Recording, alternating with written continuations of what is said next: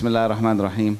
Alhamdulillah Rabbil Alameen. As-salatu was-salamu ala ashrafil anbiya wal-mursaleen Sayyidina Muhammad wa ala alihi wa ashabihi ajma'in.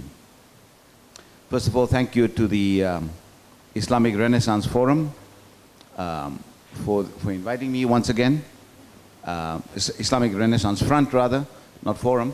For inviting me once again. I'm always very pleased by the hospitality and generosity of colleagues in Malaysia and in the Malay world generally. I come here, I have great exchanges, and every time I learn something new. So thank you to Mr. Hassan, and also to Dr. Farouk Musa, and also to Dr. Julia for welcoming me. I also want to thank Dr. Isham, Professor Isham, and Professor Mesawi for their presence here today. I look forward to their comments and exchanges with them. Can you hear me at the back? Okay, good. So the idea of Islamic reform, as was pointed out, is an idea that has been embedded into Muslim thinking, in what I would call the Muslim tradition, by a famous hadith that says, "Inna Allah yab'athu ala ra'si kulli mi'atin man yujaddid laha dinaha." For that means God will send for this ummah someone at the head of every 100 years, someone who will renew its deen, who will renew the deen, freshen up the deen, give it a sense of newness. And we need to understand and get a sense of what this tajdeed means. Many of the commentary material on this idea of reform, let me not use the word reform yet, let me use the word tajdeed, on this idea of renewal, many of the commentaries say that such individuals who come to renew the faith, they will be those who revive the Sunnah. And so the question is, how does one put this together? Because when you think about how the way people think about the Sunnah, we think of Sunnah as very definitive practices that are the practices or statements or actions by the Prophet ﷺ, which then become the model reference points. And several of these materials that once they constitute the Sunnah, there's an elaborate process of sifting reports to then construct the Sunnah. So remember, the Sunnah is something constructed by the Islamic, what I call the fiqhi, the hadithi fiqhi tradition. You have lots of hadith, there are reports. These reports that are subjected to a process of interpretation, and that process of interpretation that creates the norm that we call the Sunnah, a Sunnah norm. Now, there's big debate among the scholars, what weight and how does a Sunnah become a norm? Does a Sunnah become an obligatory norm? Does a Sunnah become a recommended norm? Does the Sunnah become a norm to which you have choices? It's an elaborate debate. So oftentimes when you talk about the renewal, that someone who will renew the Sunnah, one thinks of people that are going to talk hadith talk, then do hadith. Bring back the hadith, bring back the hadith. Now oftentimes in most of our experiences, those people who bring back the hadith, there is no newness. It's oftentimes wanting us to go back 1400 years ago. We must look and practice Islam the way it was on year one. And the issue is that oftentimes that's not going to happen. It's not possible. We can't go back. We can't go back in time. We are rooted in the world in which we are rooted. We have our experiences. And I don't believe neither the Creator nor the Prophet ﷺ would want us and insist that we live on a planet other than the planet the way we experience the planet. So what does it then mean about this newness? Most of the scholars and the people who have thought about this issue think about that this newness is about how to get to the spirit of the tradition and the faith. In other words, you need to get to the big picture. To get the big picture of what Islam is, it's to revive the big picture. And oftentimes I talk about there are two versions of what we call Sharia or Deen, broadly speaking. To make it easy, I talk about that Deen or Sharia as the telephone directory, which many of you might not know what the telephone directory is, because no one uses the telephone directory. So my first mistake is to give you an example that many of you don't understand, because very few people use the telephone directory these days. But to explain to you, it's a very thick book, everybody's names and addresses, and the way people move today from one house to another, from one city to the other. A telephone directory becomes defunct very quickly. In the olden days, every year a new telephone directory used to be issued. Nowadays we don't use the telephone directory. But think of Sharia as a thick telephone directory, and these are the big books that people have written over centuries, on which people, myself and my colleagues next door, we've made a career out of reading those books and interpreting those texts and to make sense of them over time. But they are very thick books, and they have a lot of detail in that. So they give you the kind of complicated telephone directory picture, lots of detail.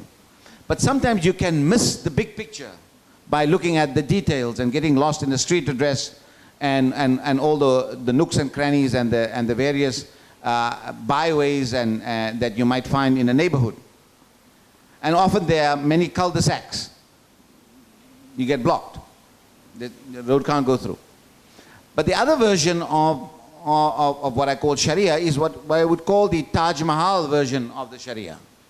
Big picture, beautiful building, great aesthetic feeling about it. And it's about the beauty.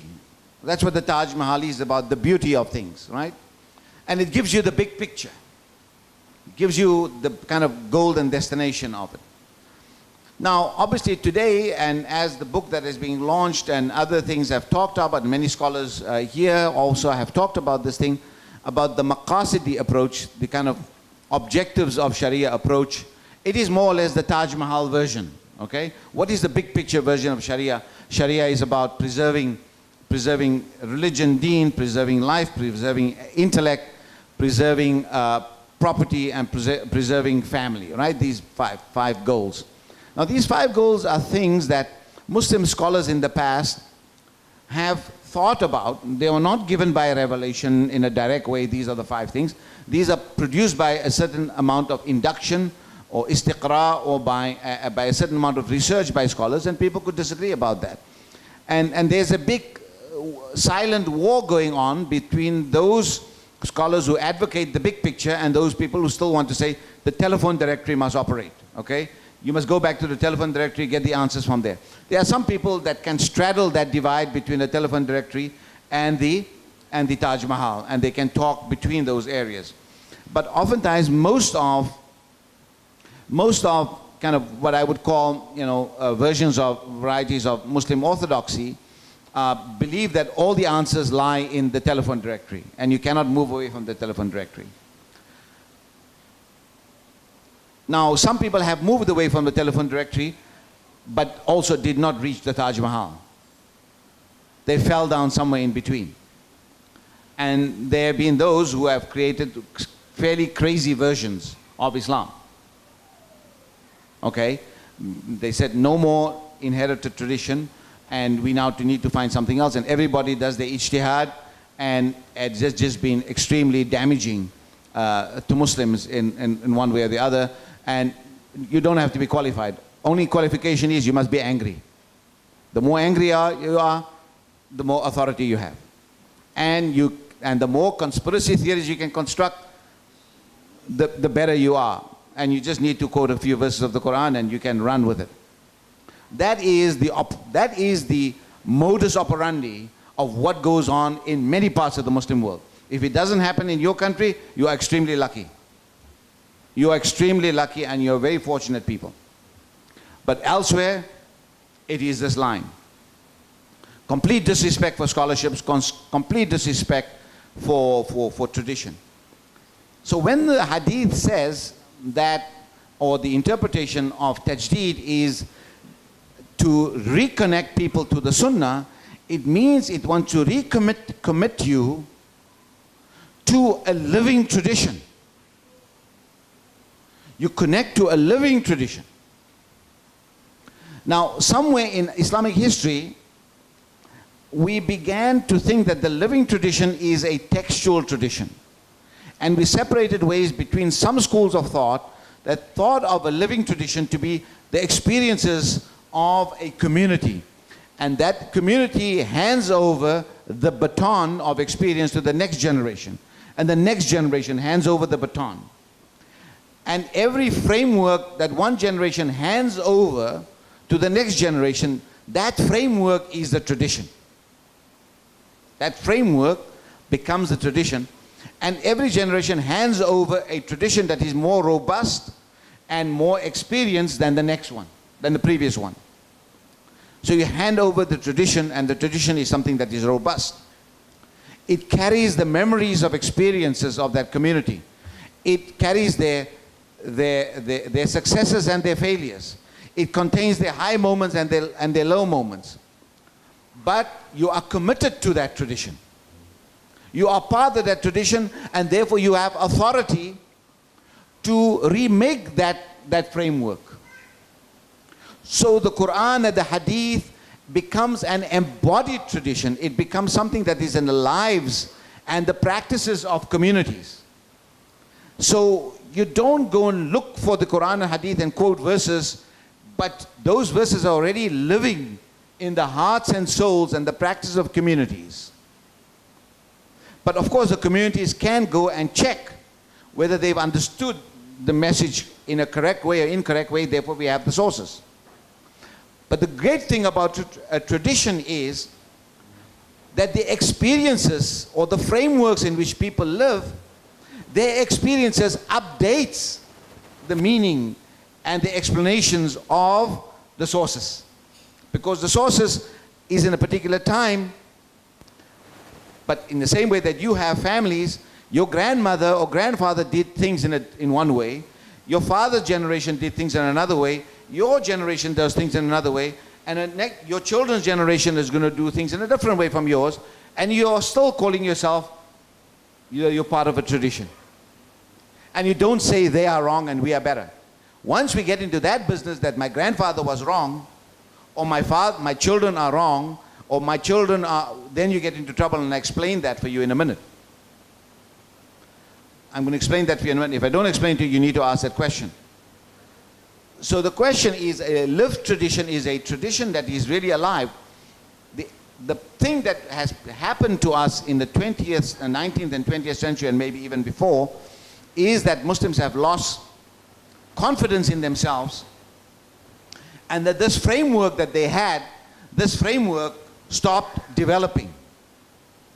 It's what we call a hermeneutical tradition, an interpretive tradition.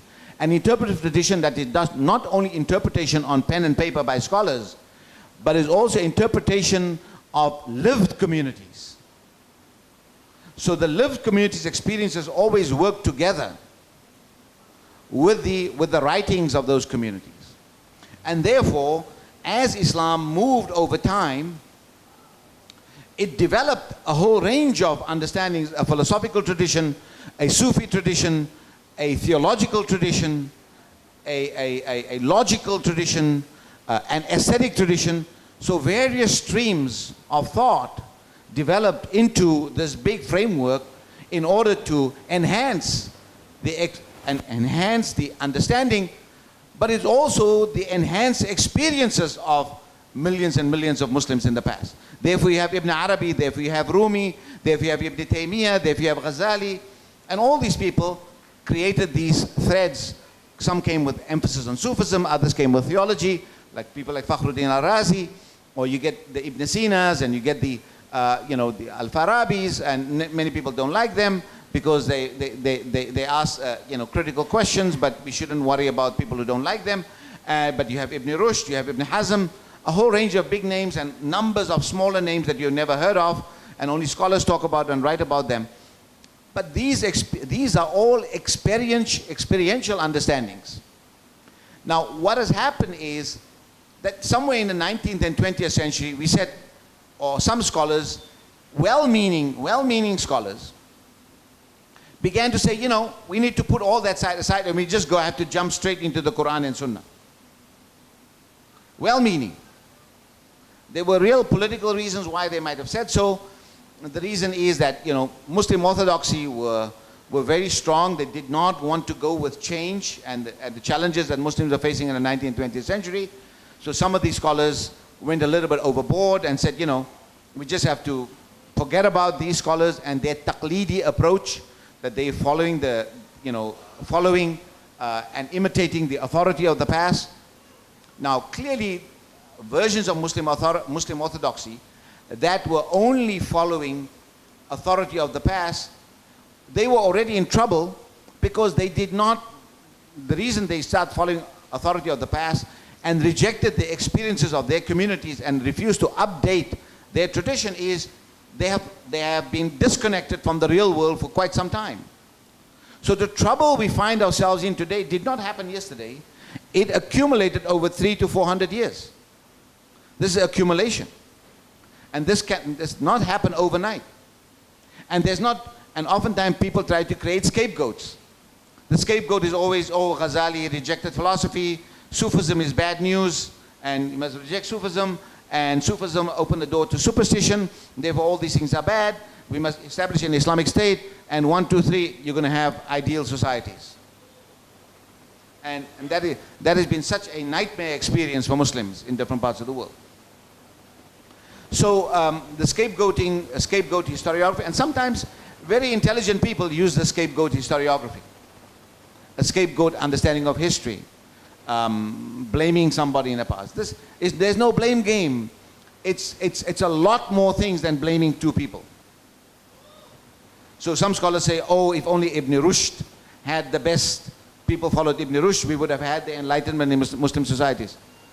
And people ignored Ghazali. That is sad news to think like that, because that is a simplistic way of understanding things. And things doesn't work like that in the real world. But a simple explanation is sometimes things that people can feel good about themselves. So how many times did you see science writers, people who are authorities on science, they write popular books on Islamic science and they say, Ghazali killed reason. How many times did you not see that? Or, Muslim philosophy declined or something of that sort. No, I think it's got a variety of factors.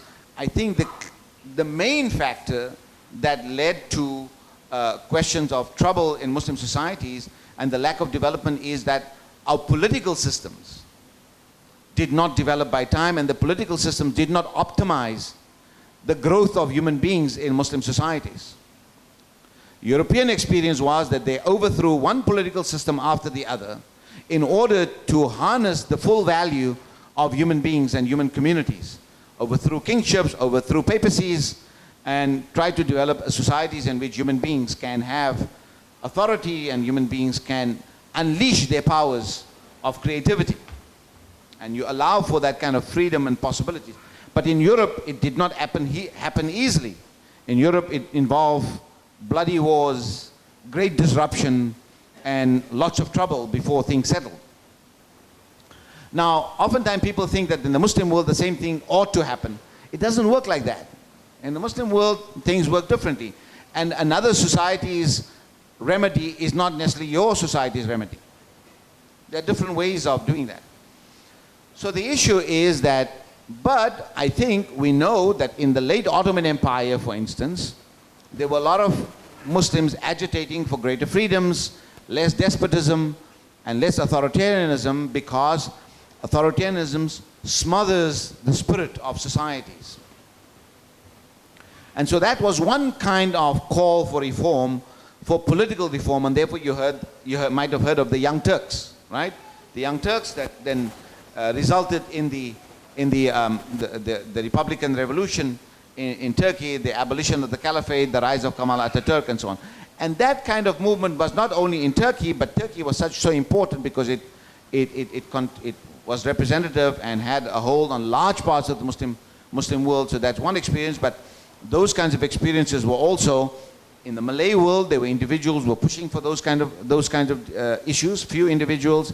Sub-Saharan Africa, there were people pushing for that. In South Asia, people were pushing for that kind of thing. So the political was one. People identified one area, the political. Another area that people said that required to be rethought was in the area of Islamic thought per se. So you know the famous names, Afghani, Muhammad Abdu, Rashid Rida, that troika, what they call the leadership of Islah, the Islahiyun, the reformers that start out of Egypt. Afghani was a Iranian or Afghani, or maybe on the border, who came with a great spirit to deal with the political. And Afghani's message was that Muslims must stop. There are two sources of problems he identified. One was, he said, that we need to think about external despotism, external threat, imperialism, and internal despotism. Right? Those are the two sources that he identified. Muhammad Abdu and Rashid Rida tried to think about how does one deal with Islamic sources and Islamic teachings, and to make it more responsive to the rational world and the world of reason in which Muslims are living. Right? European colonialism came with modern science and modern technical rationality. And so they felt that the response they must give is Islam is a religion of reason.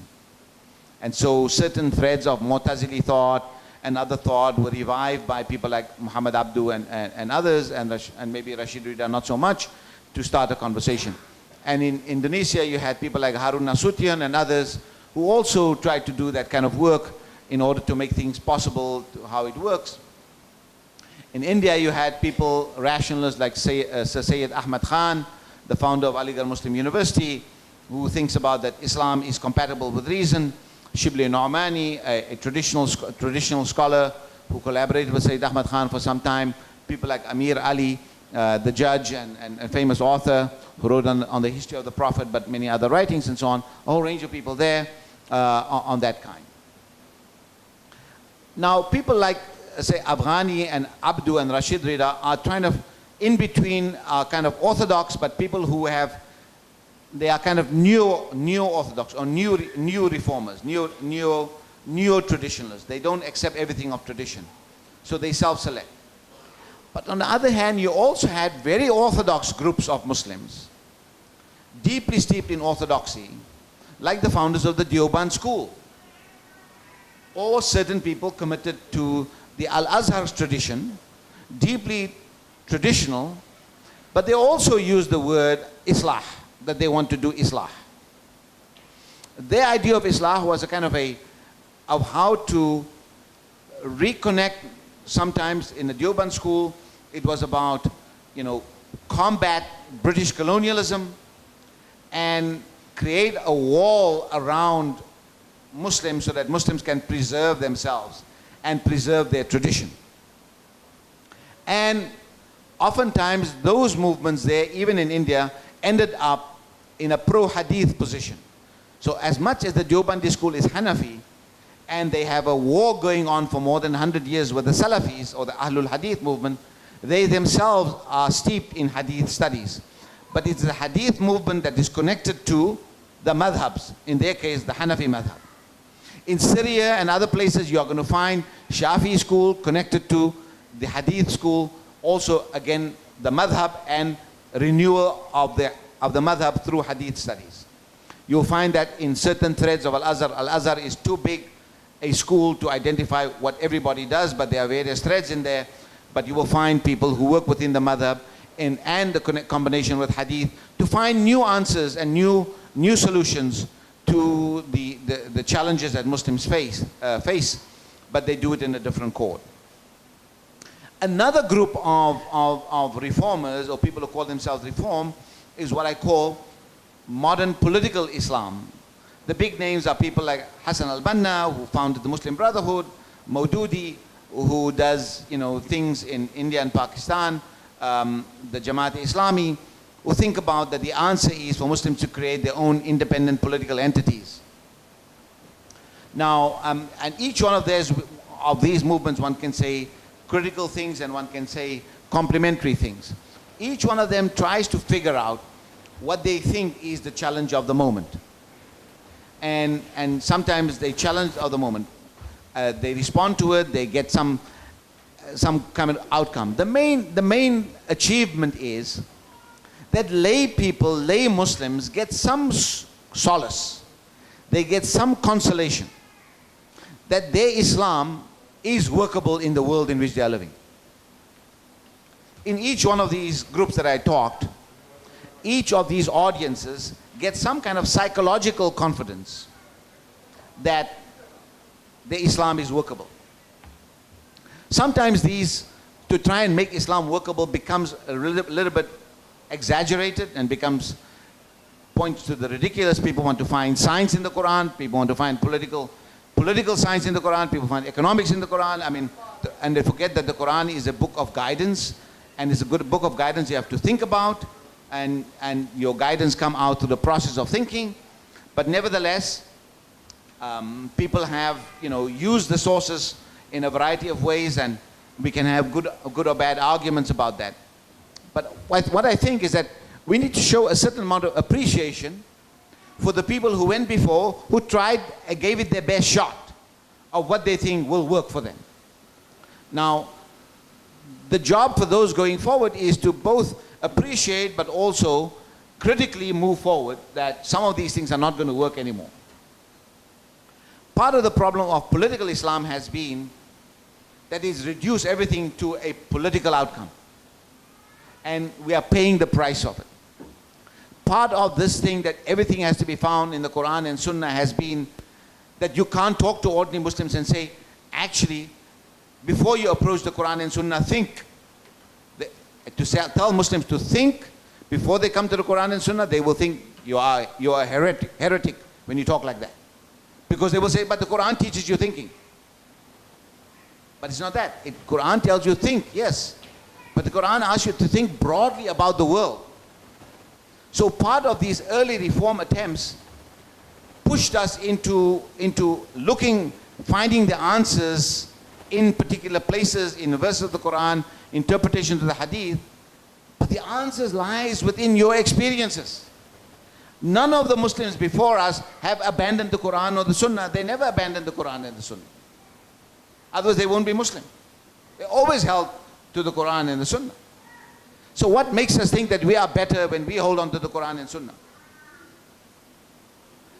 It's because we are trying to look into the Quran and the Sunnah in a way that does not open us to the breadth of the Quran and the Sunnah, but rather we go for very narrow ideas, and oftentimes we want to find in the Quran and Sunnah an identity project, but not something that leads to the full flourishing of the human spirit and the full flourishing of human societies.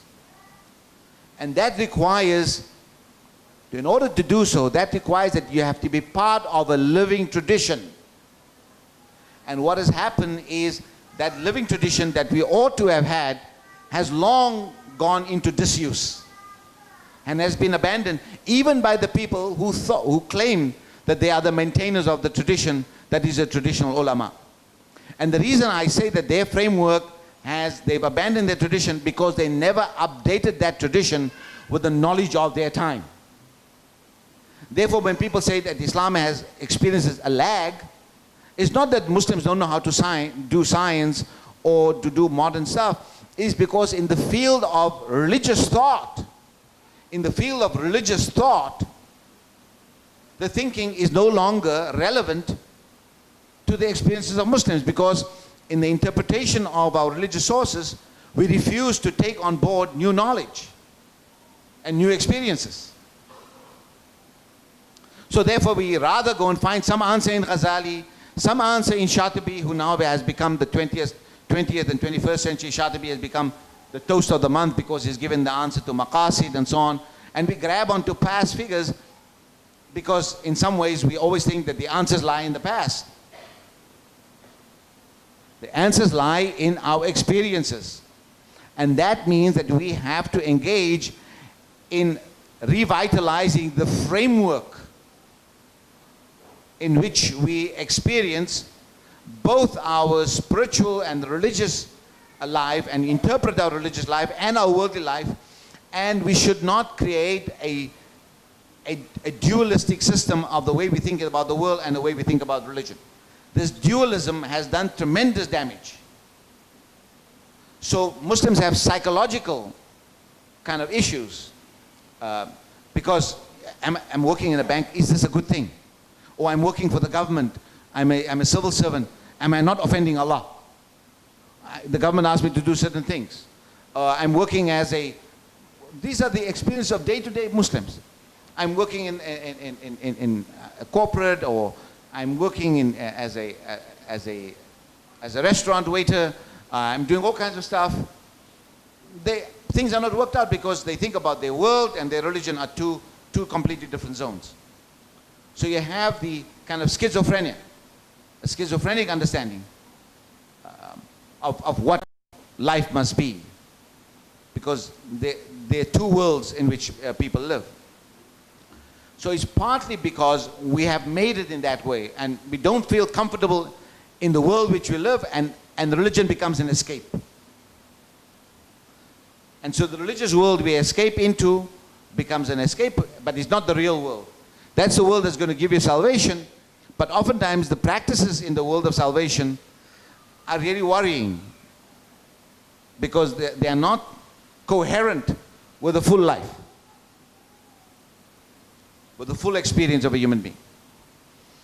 So I think that we need to ponder this a great deal, why this is happening, and why we have now become kind of victims and prisoners of the kind of solutions that were offered in the last 100 years or more of how Muslims thought they're doing reform.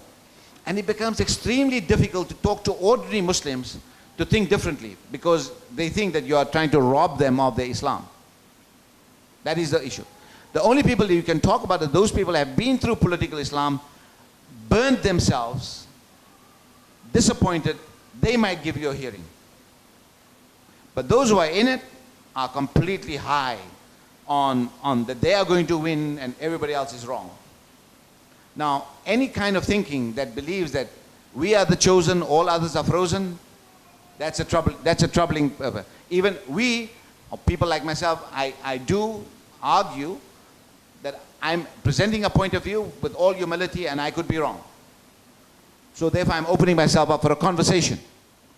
And I follow the teachings of Al-Ghazali, who in one of his last works wrote called Qanun al-Ta'wil, where he gives an interpretation of very kind of, hadith that doesn't make sense on the surface of it, very metaphorical material and so on. Ghazali has a very interesting concluding line. He gives you 3 nasihas in that book. It's called The Rule of Interpretation. He gives you 3 pieces of advice. He says, never abandon reason. Because he says, reason is the verifier of religion. Hear me clear? He says, reason is the verifier of religion. Reason is the one. Because if you don't have reason, you're not obliged to follow divine commandments. Right? You mukallaf, you must have you must be compos mentis, you must have rationality. And it's through reason that we identify a man in the 7th century who claimed to be God's prophet, and we belong to him and we belong to his community. And if we haven't seen him, we believe through reason that tradition that has come down is a fairly reliable tradition that that we by reason say we identify with that. Second, Ghazali says that don't say you know it all. Don't say you know it all. There's always something that you're not going to know. And that is the message of humility. That one must be humble, and one must be humble in one's understanding. That there's only so much that we can know after we make our best effort. That doesn't mean you have to become lazy. That just means that after you exhausted yourself, you then say, okay, I've given it the best to my best of my ability. The third thing he says, when there are multiple possible answers, when there are multiple possible answers, ihtimalat, he says, you might choose one ihtimal, you might choose one possible answer to a question, but don't close yourself off from the other possibilities, and don't negate those possibilities. Keep those ihtimalat and those possibilities alive. It might work for some other people, for some other communities. It might happen, it might be useful 2 years from now, 200 years from now. Don't put everything in lockdown, because these are possible answers. So three things: humility, reason, humility, and multiplicity of answers to many of the questions in life.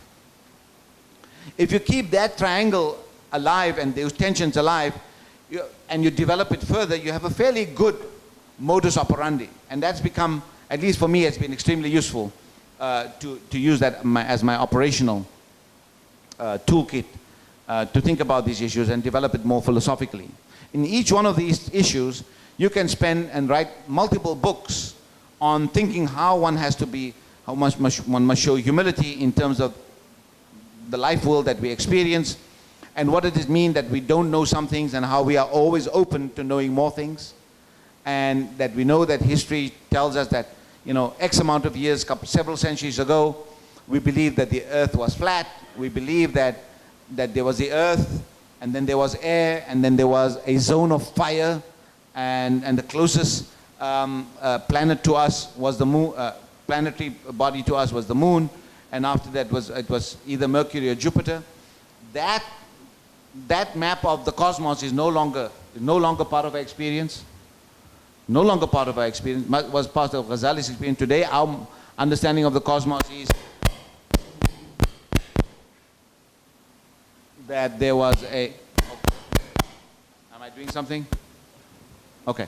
So that maybe I shouldn't talk about the cosmos. Okay. So the cosmos is talking to me. Okay. So someone is working on a tripwire here. It's a simple solution. So anyway, the thing is that today in our understanding, our cosmology is that somewhere there was a big bang, and billions of years later our world emerged,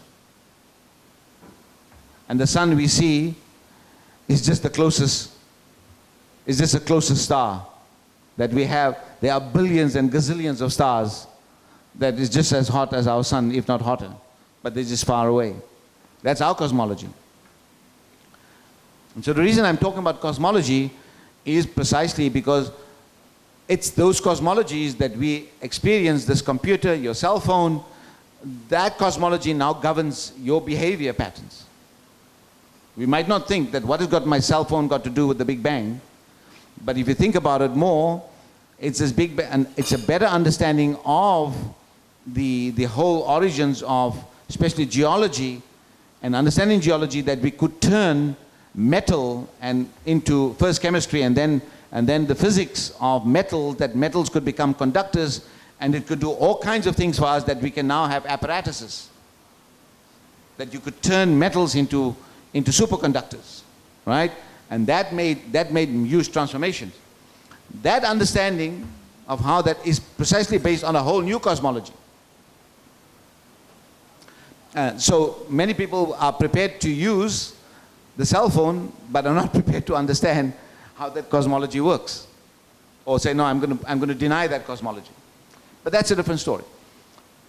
So the issue is, therefore, I want to make a petition that, in my view, the reform that we are looking for in the world is not to try and move around a few verses of the Quran to make it possible that we talk about that women's equality works, or that we can have, an Islamic state, or we can have pluralism and Muslims respect Jews and Christians and Hindus and Buddhists and so on, that pluralism, that's possibly one way that some people do, and I would invite them to a different way. My invitation is that we need to, now obviously, the people who are doing that kind of work and interpretation, they have an audience and people want to know and they get some kind of literacy. My worry is that that kind of literacy makes you dependent on a certain, so if you're not going to find the verse in the Quran that talks about women's equality, then what are you going to do? Are you going to deny women's equality? Right? So everything means that you have to find a verse in the Quran and then you have to find something in the hadith to justify your position. Whereas, if you begin, so nowadays what people are doing, they're trying to tell you that Akram Nadwi, a colleague of mine, I found that there were so many muhaddithat in the past. Women who were transmitters of hadith and hadith teachers, right?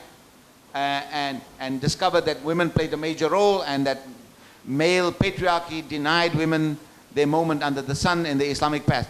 But what if they were not muhaddithat? Doesn't mean that Muslims are not going to treat women with equality and respect and those kind of things?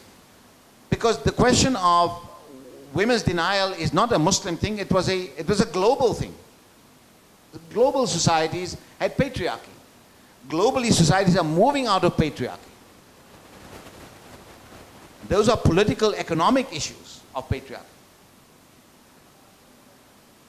And these are global things that took centuries and thousands of years for societies to move out of. It's not a Muslim thing.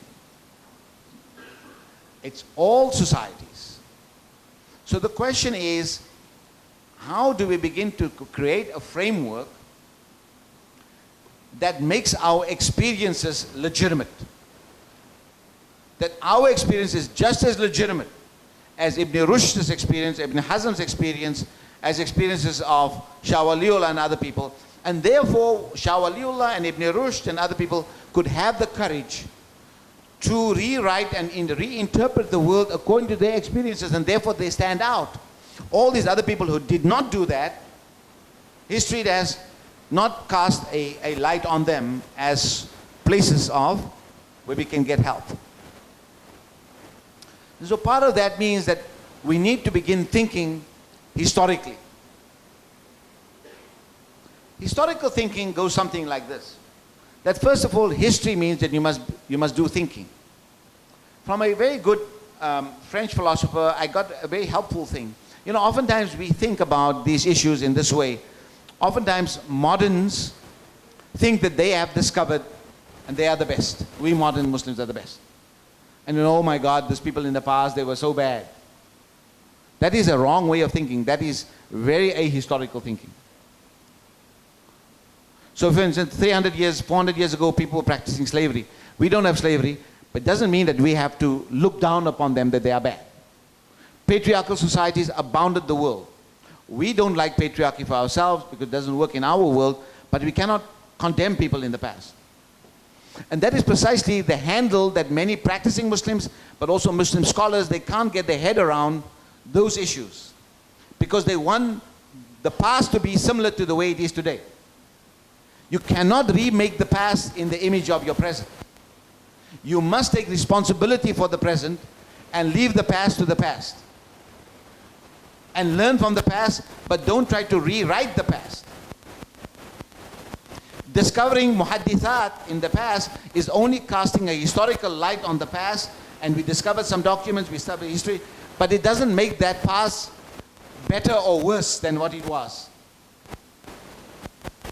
The reason we look at it because we need help in the present to say that Muslim women did have a voice in the transmission of knowledge. Or that in Aceh, in Banda Aceh, you had women sultanas who were ruling in the past.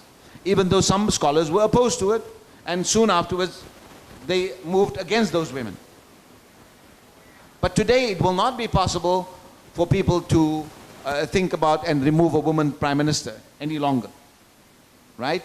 At least At least not through a religious or a other kind of revolt. It could be through political reasons and so on. So the key thing is, the whole question is that we need to think about the past, that we are different. We are different without negating the past. It's difference without negation. Difference without negation. نحن نختلف بغير إزالة الماضي. We are different without eradicating the past. The past must stay. The past must show where we come from. But that we are in a different place and we are in a different time and we live our lives differently. And we are part of that past, but we are also different. So we need to have the right to be different and the right to be the same. The right to be different and the right to be the same. That's a people of tradition. That is when tradition means that you are the heir, you are the torchbearer of the living faith of the dead. That is a people of tradition, the living faith of the dead. That is tradition. Traditionalism is the dead faith of the living. Traditionalism is a dead faith of the living. In other words, your faith has no vitality in it. Your faith has no vitality. And it's dead. And you are living, and therefore you are not enjoying it. What Iqbal talked about, it says, ideas posing as silent melodies are fatal to any zeal for action. Ideas posing as silent melodies. Because a melody must always be alive. A melody must be on the strings, or it must be in a wind instrument. Then it makes a sound. A melody that is only written on a piece of paper is not music. It's sheet music. A melody is when it is a melody posing as ideas posing as silent melodies are fatal to any zeal for action. So the key issue that we need to think about is this whole question of tradition, that every generation needs to hand over to the next generation a framework that is much more updated and works better for them, and give some ideas to the future, and accepting that the next generation is going to update this and abandon some things that we have done, but continue with many things that we have provided. And that's how tradition works. Now, unfortunately, this concept of tradition has now we have become strangers to that concept of tradition. Either this concept of tradition is moored and it is vested in this idea of taqleed, which has got bad population, a bad reputation, and it takes you to a very bad destination.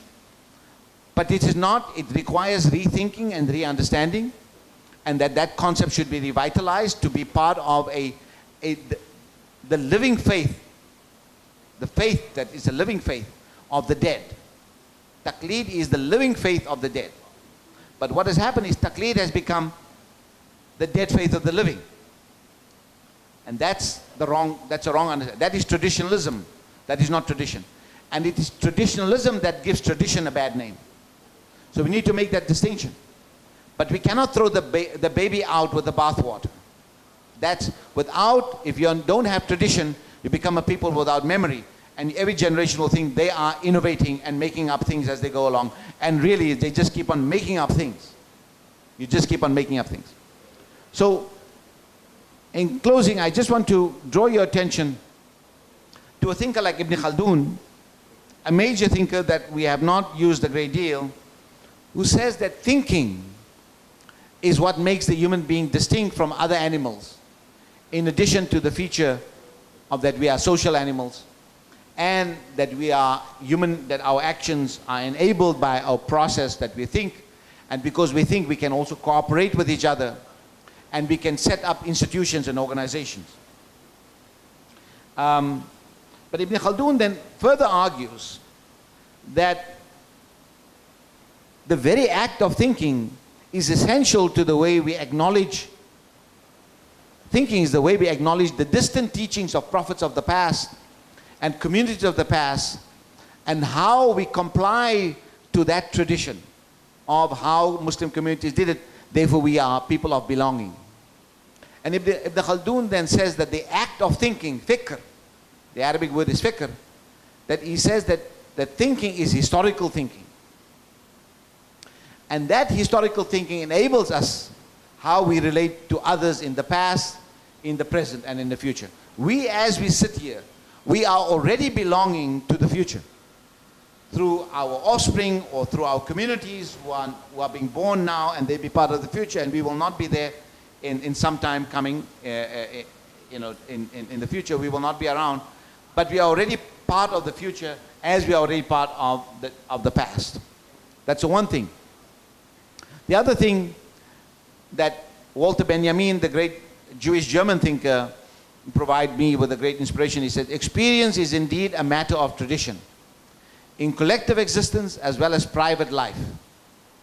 It is less the product of facts firmly anchored in memory than of conscious data. So in many ways, tradition is also a set of memories that is a combination of both history and memory. I mean, to think more about that. So Ibn Khaldun helps us to think about these issues in social settings and other settings, that we become a people of thinking. And therefore Ibn Khaldun stands out from other historians.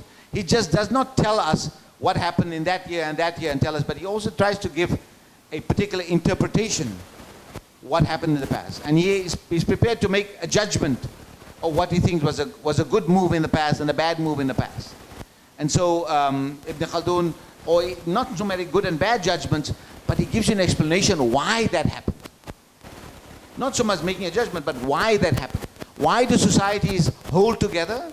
Because if they are based on kinship, if they are blood ties and kinship, they care for each other. They are prepared to die for each other's blood, defend each other. But he also says that people who then belong to a religious network, they're also prepared to defend each other. And you have both people who have blood ties and ethnic ties and the religious ties, they become much more stronger. But he also explains to us that people who live in cities, they care less than people who live in rural areas where there are stronger bonds. The people in rural areas have less distractions. He also thinks the people in rural areas to be much more honest than city dwellers. And therefore he's prepared, and he sees in history that the rural people, the rural folks, are also the people whose energies can be harnessed to bring about new possibilities in the world, especially when you want to do conquests and other kinds of things. So Ibn Khaldun gives us explanations of these things, what he calls asabiya and so on.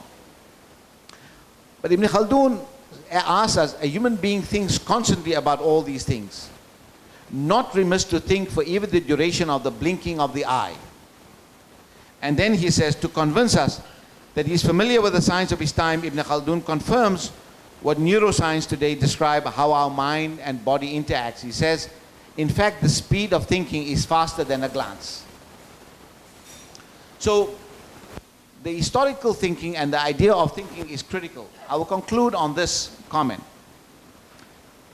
Hannah Arendt, who is a famous Jewish German thinker who became an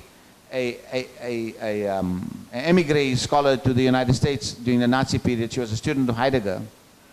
She wrote an important book called Eichmann in Jerusalem. She went to go and report. Eichmann was a Nazi who was captured and tried in Jerusalem, and she wrote a series of articles for the New Yorker, which then came together in a book called Eichmann in Jerusalem. She became famous for one line that she wrote about this event of this Nazi. Every time Eichmann was asked, why did you do what you did? He said, I was just doing my job. I was just doing my job. I was just doing what I was told. And then Arendt then said that what he is doing, that he did this under a very simple impulse. I was just doing my job. That he sent tens of thousands of people to their deaths, to the gas chambers, signing off. And she created, and because of that she said what she called the banality of evil. How evil can be so banal. Evil can be so ordinary. Evil could be so ordinary. Later on in another book, she writes that, why did she use that phrase? How did she come up with this idea that evil could be so ordinary? She said that the reason I thought about in that way is because it's the absence of thinking that results in the banality of evil. The absence of thinking. When you stop thinking, all kinds of evil can result. And you can say, I was just doing my job. I was just following instructions. And so therefore, the effort of reform requires a great deal of thinking.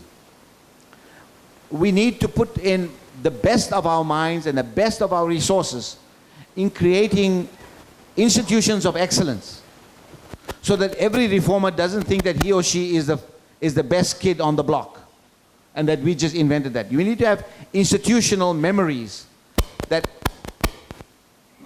we maybe I should. We should have institutional memories that we can hand over the harvest of one generation to the next generation, that we do not reinvent the wheel. That reform, we need institutions of excellence. You need high-grade scholarship. You need to invest in scholarship. You must be able to be patient to listen to talks, because oftentimes what most of us want is we want quick fixes. Emotional talks that gives us a high, we can go home, make 2 rakas, sunnah, and pray our prayers and say, we feel good that we are Muslims. We don't want to be disrupted in our thinking. We don't want to be given bad news and to think through the bad news that you will arrive through your own thinking to good news. So we are very much in a kind of a, we want the kind of the fast food version of Islam. A quick fix KFC or, hot meal, McDonald's and those kind of stuff. We don't want home cooked meals anymore. Because home cooked meals is a lot of work.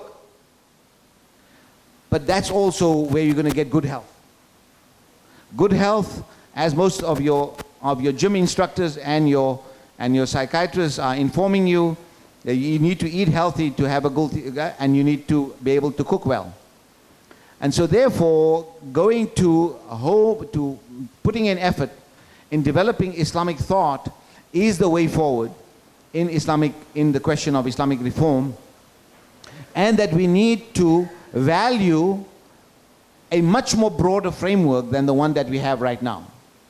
Our frameworks are so narrow that every time we need to go back to somebody or some place or some book to find answers. These answers are not coming to us automatically through our experiences. The late Fazl Rahman of Dr. Isham is indebted to him, and I to him too in a variety of ways.